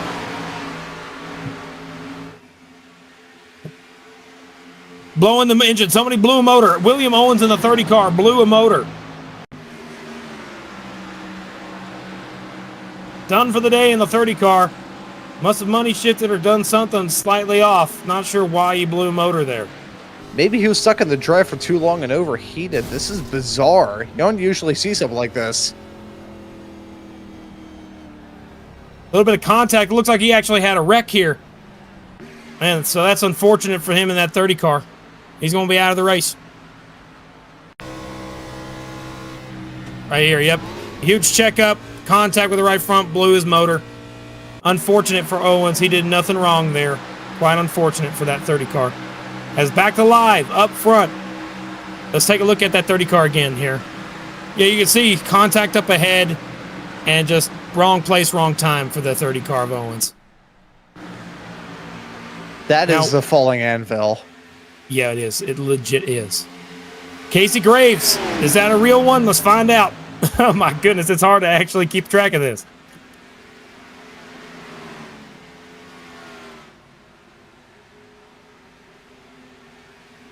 Yeah, whether it is or not, I gotta say, Casey Graves has not had a good race. It has been just a brutal run. No, he's been fine. Casey Graves actually was running in the top 10 most of the day. I'll be honest, he got a good stage points most of the day too. Compared to Delaney though in that in-season challenge, well, that's like the race win versus a top 10. You know, a good race could be a top 10. It's not a great race, but it's still he's having a good day. It's not bad. It's just it's not great. So he's got to have a little bit of help here. He's the first on pit road trying something new. I cannot blame him for that. And now he came out of the pits. I'm looking at his cars around him, and he has no friends. He has nobody with him. So that's going to be a concern. And I will say I was referring to him having not the greatest night in reference to the in-season challenge. That was the main point that I was going to raise. But you got to crack a couple eggs to make an omelet, I suppose, as we have still got no real takers at the moment. Although I think these drivers, the thought is definitely crossing their mind right now. All right. Last week I got told a number. This time I'm going to tell you right now. 50 laps in a draft, sitting around 55 is what we're seeing. So 55, maybe 60. Well, we'll just say 60 laps at the long end. If anybody saves more, I'll be surprised. Oh, my goodness. See the 22 and the 88 there. They get up in the outside wall. And look at the top two. The 97 and the 6, they have skewed it out to a big old lead over the rest of the field. What are we seeing right here? Lap times that they have leveled out up front.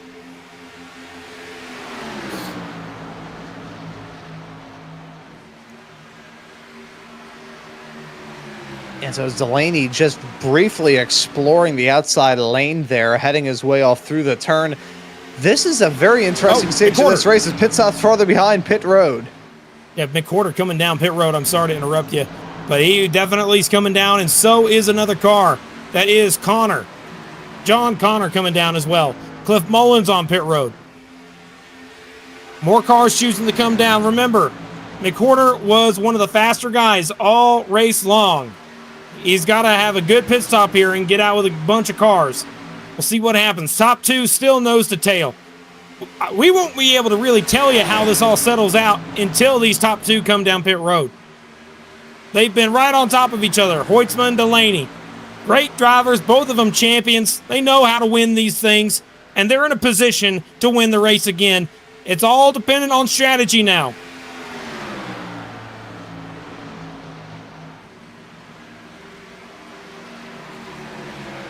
.44 comes off pit road.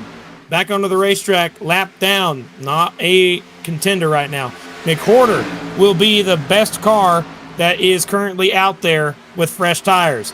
And again, McWhorter is going off pit road now. He is exiting turn number 2. and he will have about 2 buddies running with him. 2 buddies. I think the 74, Brian Wertman, and also the 97, John Connor and his number situation going on. But up front, the 97 of Lucas Hoytsma and the 6 of Delaney. It's all dependent on when these two want to come down pit road. They can stay out as long as they possibly can, but it's amazing they're stretching the fuel this far. I will say a low point that I do want to raise is Charles Ian coming down pit lane just picked up a penalty. This is a point where we are running in the danger zone, fitting with 13 laps left to go. That we're in the danger zone right now. Both some drivers on new tires, others on old ones. This is when that pace differential really gets scary for some. So if there's any point at the end of this race where a yellow could come out, it is potentially now. Oh, Jacob Simpson. He's run P3. He decides to head down pit road. He's got to slow down. Slow down big time, buddy. Slow down, slow down, slow down. It's not going to feel good when you're on the apron of the track having to go way slower to just make the corner. But you have to do what you got to do. He's on pit road from P3. He should. Oh, did he speed? No, still looking good. That's in the penalty. Fine. Very lucky. Very lucky. He locked him down quite good. Now, battle for the P3s, Wiles and Truel is still the top 2. Hoytsman and Delaney have worked together excellently. 60 laps on this stint.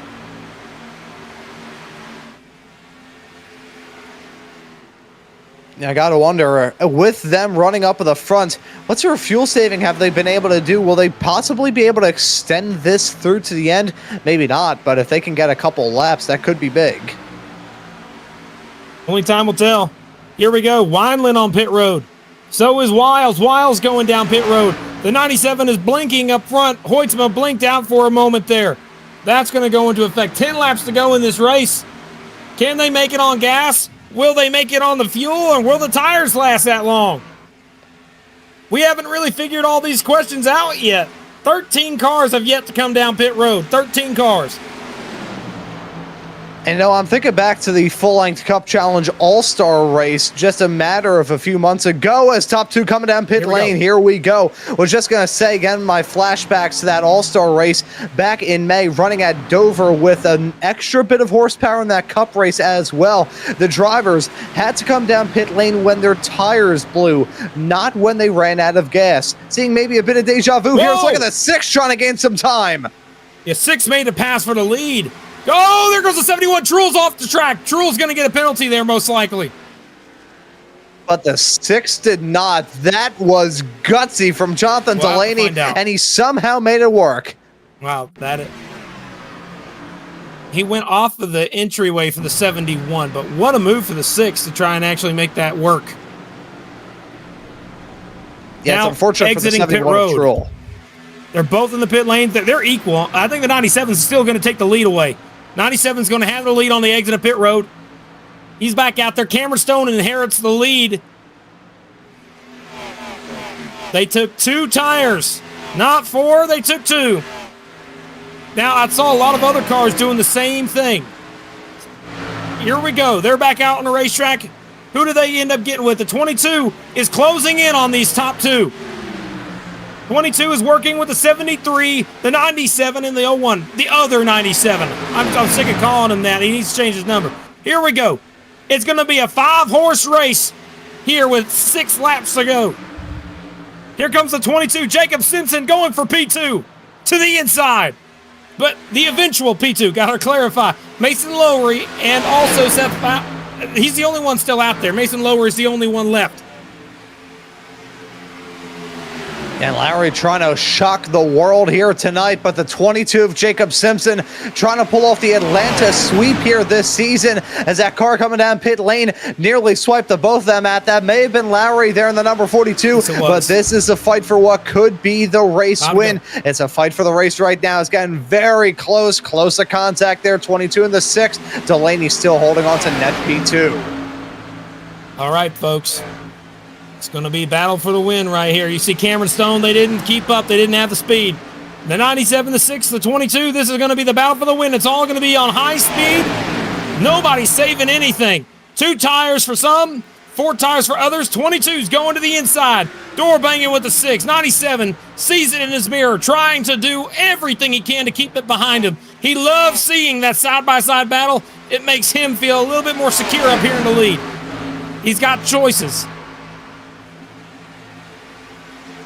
Wow. As they nearly wipe themselves out down the backstretch. Left rear quarter panel might have a little bit of a scar from that. But coming to get 4 laps to go. The 97 leading away. Dyson, black flag. He's got a problem. He's going to the back further. All right. Side by side for second. And remember what we said in the middle of this race. The 22 had made an agreement with the 73 that he was going to help that 73 win as many stages as he possibly could. They got him to win stage 2 and finished great in stage 1. But now, the other part of the bargain, that 73 has got to help that 22 try and win that race. But he's got 2 of the toughest champions in this series to try and beat with 3 laps to go. Still side by side for second as the 73 closes in on this. And also, John Connor showing up in this as well. Yeah, and John Connor looking to shock the world there in that 87-97 hodgepodge abomination there. He's in 5th. He's got the strongest draft, but time is running out. I think it may be a 3-horse race with 3 to go. Coming across the stripe, this is the 2 lap to go mark. I don't know if there's going to have enough. They gotta make a run. They gotta create something. They cannot stay side by side and expect to catch this leader. The 22 6 car got up in the wall. He got a little less momentum that time, but side draft's going to help the 6. I think 6 might clear here. Lap car the 91, not a factor. Lap car 91 on the bottom. He might influence this slightly. 22 is going to get a little bit of a draft from that 91. That's going to help him. Coming to get the white flag. 1 lap to go here from Atlanta. Echo Park. 22 slides in behind the 6. It's over at this point. 6 car is going to try and go for the lead. He hits the apron. A little loose. Goes up the racetrack. 22's developing a run. He's going to have it. I don't think he's going to have enough to catch the leader. 6 goes down a block. 22 does not want to work with that 6 car. Going through the final turns, 3 and 4, single file. Not much work can be done. 6 car Delaney closes in on the 97, tries to go to the top, but it's not going to be enough. And Lucas Hoytsma is going to come to the line and win in Echo Park. And it was a dominant drive for Hoytsma, a driver who has had so much success already here this season. Entered this race as a 4-time race winner. Despite that, found himself 6th in points. It's got to be win number 5, more than anybody in this championship. And that's going to be a big win for Hoytsma. What a way to get it done. Yeah, you know, I'll say this race was kind of topsy-turvy. The beginning of this thing was chaotic and wild. Middle of it was slightly less. And then by the 3rd stage, strategy race. Did not see that coming. And out of the final corner, Delaney and the other guy, tell you what, the other guy's Jacob Simpson, did not seem they wanted to help each other win. They rather fight for second. I mean, Kyle Busch would call it not necessarily the best of moves, but it was what it was.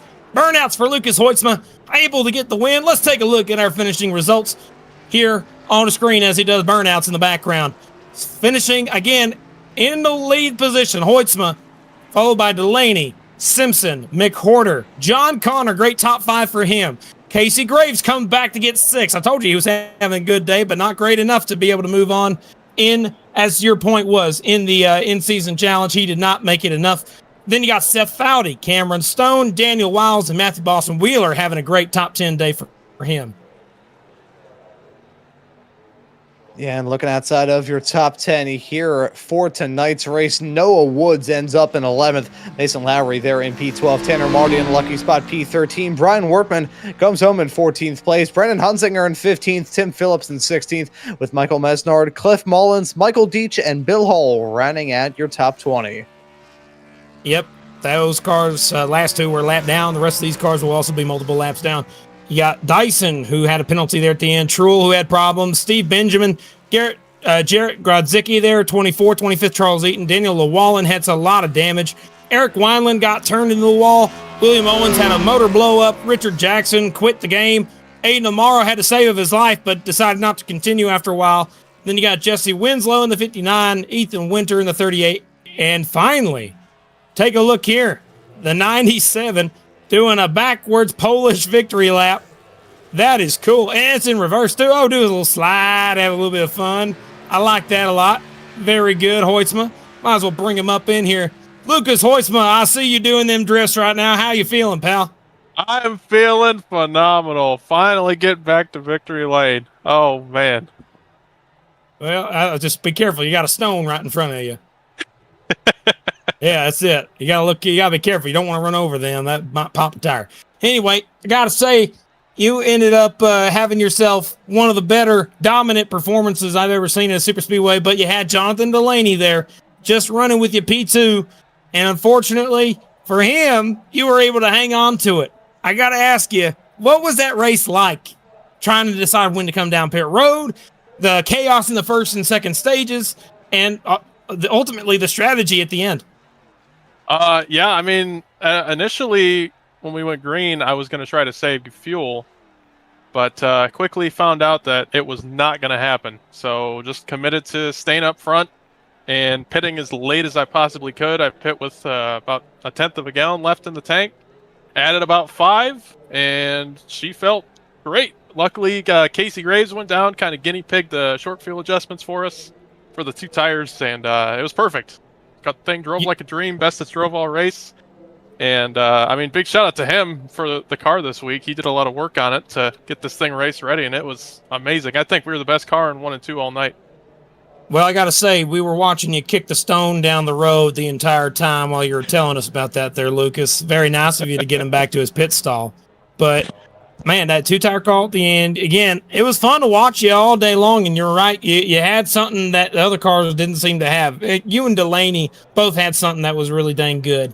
And at the end of the day, anybody you want to shout out before we let you go? Congrats on the win again. Yeah, thanks, man.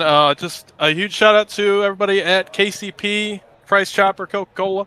All the guys, Blake, he wasn't here tonight, but he's a good guy. Saw him at Chicagoland. You guys for broadcasting, everybody for putting this league on, and Casey again for building the hot rod. All right. Well, thanks again, Lucas, for talking to us, and congrats on the win. Thank you, sir. That was P number 1, Lucas Hoitzma, but now we're going to talk to P2, Jonathan Delaney, sitting in P2. He's going to be with Ron.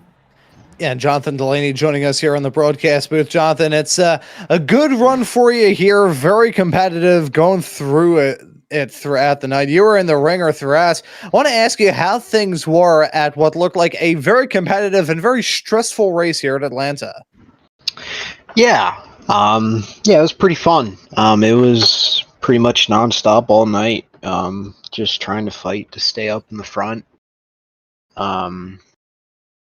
The lane, I mean, the top lane was really good if you were kind of on the tighter side, and you got a better, obviously you got the runoff, and then if there's anyone below you, side draft was insane. If you're trying to run the bottom, the guy to your outside could just side draft you off exit and would just stall your run. So it was really hard to try and make passes on the bottom.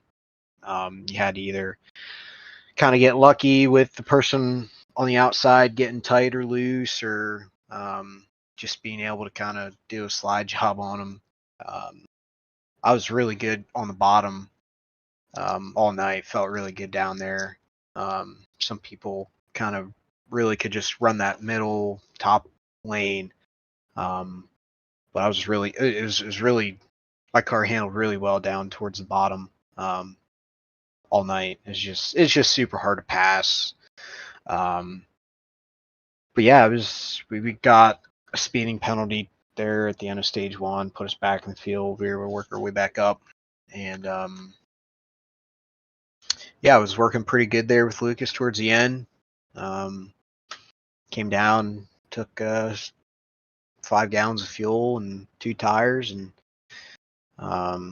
came out in the lead again. And I wish I would have had a better shot at Lucas. I was just side by side with Jacob for too long to really be able to fight him for. I really only had 1 lap to do it, to really race him, and I kind of messed it up going into 1. So it was a fun race. The added, I don't know how this car and track races with the regular horsepower, but the added horsepower, in my opinion, I think it made it a lot more fun than probably what it usually is. So, it was lots of fun.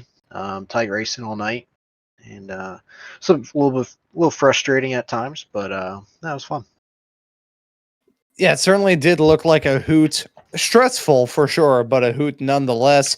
In 2 weeks' time, we're going to be rocking up to Indianapolis when you're going to find yourself in the next round of the in-season tournament facing up against Seth Foudy. More on that here in a couple of moments' time here on this broadcast. But what are your thoughts heading there in 2 weeks' time? Yeah, Indy, it's a one-lane track, so it's going to be kind of hard to pass. You can really only pass by getting a runoff exit and just side drafting them on the straightaways, and you really only have the two long streets to do that. So, yes, it's gonna be very setup dependent and driver dependent there. Making sure your car is set up for the long straightaways, and then being able to turn and handle good in the corners. So, it's a very interesting track for sure. Yeah, a lot of people kind of compare it to like Pocono, turns 2 or turn 3 at Pocono. So it's kind of like that all the way around the racetrack. So it should be fun. It'll be just as hard to pass there as it was tonight. Probably get spread out pretty good, but yeah, it should be fun. Yeah, and certainly looking forward to that race in 2 weeks' time. But Jonathan, before we let you go and celebrate the second place run, we'll let you give any thank yous or shout outs. Yeah, just shout out to everyone who had raced tonight. The admins that put this together. Shout out you guys for broadcasting this, and yeah, that's all I got. And thank you as well for joining us here in the broadcast booth, Jonathan. And we'll see you out there trying to contend to make it into the final matchup in the in-season tournament at Indy in 2 weeks' time. Yep, I guess. And that right there was Jonathan Delaney, our P2 finisher. Quickly, one thing I will say to anyone who isn't aware, turn 2 at Pocono is based off every single turn at Indy, and Indy was around since 1909. So if anyone wonders whether the chicken came before the egg, now you know the answer. Anyways, Kirk, I'll pass the mic off to you to have a chat with our P3 runner. Jacob Simpson, Kirk Mills up here in the booth. You got a copy? I do. Hey, man, congratulations on top 3. That 22 machine, you told me before the race you wanted to work with Joseph McCorder. Give him a little bit of the stages. You come up and try to get the win of the race. Came up just a couple spots short. You and the 6 seemed to couldn't get apart from each other for the final 10 laps. What was that all about? And also, did you have fun? Was it a fun race? And what do you think about it all? With the 6, it was. I'm gonna go ahead and say it was my fault trying to be aggressive on the side draft, but I also know, he's one of the best at controlling his car. So I will apologize, but also say sorry, not sorry, because he's a good racer. Did I have fun? Well, I think that Ryco Performance gave me the best car here by far, and I didn't come up with the win. So no, not right now. But as far as the package goes, I will say, was it fun? No. Was it realistic? Yes. It accomplished the goal that we wanted it to be more realistic. And the reason I say no is because once it single files out, it's like a real O'Reilly race that single files out. Like the Cup cars here is amazing. These cars, when they're drafting and side by side, it's super fun. Once you get singled out and there's only 5 or 6 cars, you can't pass. You can't do it. Like I was bombing bottom the whole race, never was really out of control, and I had an amazing race car, and it just didn't matter with the draft on the straightaways. So I don't want to be a Debbie Downer. It's just a fresh loss because I really wanted to sweep Echo Park. Well, you did do a great job, though. Top 3. It was fun to watch you all day long, man. And also, you and your little friend there, teammate, working together, really showed something pretty cool. I just got to tell you, I appreciate you going out there and making it a little entertaining for us. Anything you want to say before we let you go? Just thank you to Ken and Ryco Performance for giving us some good cars. Lucas actually made this Kyle Busch NASCAR. Glad we gave it a good ride. Didn't tear it up. Yeah, I had a fun race. I will look back on it in about an hour and say it was a really fun, good day. But you know how race car drivers are. Oh yeah, I know how it We're is. mad in the moment. Yep, true. Anyway, man, congratulations, and we'll hear from you in a little bit. Thanks for talking with us. Appreciate it. Thank you. Now, we're also going to bring up into the booth Seth Foudy today. Seth Foudy, after coming home with a P7, ends up advancing on in the in-season tournament. You got the job done, bud. You're going to be going out there and going for a little bit of contest against Jonathan Delaney next week. Well, Yeah, tell thanks. us, what's your hopes and dreams for that? Yeah, I mean, we're gonna do what we've been doing. I think we've been pretty consistent here later in the season. So we're just gonna try to put something together. Indianapolis isn't necessarily one of my strongest tracks, but I'm hoping maybe this week I can get some extra time. And I know Wesley Napier, he wasn't here tonight, which stinks. I miss having him here, but he says he's pretty good at Indy, so I'm going to work with him maybe this week and see if he can kind of get me in line and get me ready. He's been a big part of my success this season and stuff like that. He's been helping me out and stuff with certain things. So yeah, we're going to work on Indy this coming week and hopefully, get a good finish and maybe have a chance to edge out Delaney. I know he's definitely a strong player in this league. So I knew if we could make it this far, well, heck, I knew racing against Dyson was going to be tough tonight. So pretty excited to be able to beat him. So to kind of make it to the next step, just take it one step at a time and see where we end up. Hopefully we have a good race. Well, absolutely, man. We just want to say congratulations to you and wish you all the best of luck going into Indianapolis next week. And thanks for coming down and giving us a chance to talk to you. Not very often we get to hear from you. When we do, I'm happy to do so. So congratulations again on top 10 finish today and on the in-season tournament advancement. Good job, man. Yeah, thanks, guys. I appreciate it. And like I've said before, you guys are amazing. And it's always an honor to be able to come in here and hang out with you guys for a few minutes. So thank you for giving me this opportunity. Oh, no worries, man. Anyway, best of luck to you. I appreciate you, Seth. Thanks, guys. Yep. Seth Foudy. He's a wonderful man. Anyway, guys, that's going to just about do it here.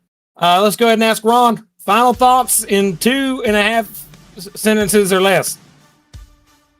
2.5 sentences or less. I think my final words of advice for the night, make sure whenever you go out, you have a clean pair of pants on. Yeah. Now look here, guys. Okay, next week we will not be racing. It will be the week after next when we go to Indianapolis. So we get a little off week here. And folks, it's going to be fun. Make sure you tune in for Indianapolis. It's going to be a really big deal. It's going to be a lot of fun. My name's Kirk Mills. Ron Mounts up here with the booth with me. Howie Burrows, our producer from Maconi Entertainment. You have been watching the Hotlanta 250 here for the Friday Night Lights series. It's been a pleasure to be your commentator alongside Ron. And cannot wait to see you in a couple weeks at Indy. See you there, and we'll boogie it on down into turn 1 for that race when we get there. When you want to be the best, you can't settle for the rest. For anything on iRacing, there's just one name you need, Maconi. With the launch of Maconi Entertainment and Maconi Competizone alongside Maconi Setup Shop, we now provide the best of the best in setups, paint schemes, coaching, broadcasting, and event organization. With cars across all 4 license classes, we have what you need to hit the track with confidence. Grab a subscription and save money while going fast at MaconiSetupShop.com/subscriptions. And remember, at Maconi Setup Shop, there are setups, but your victories.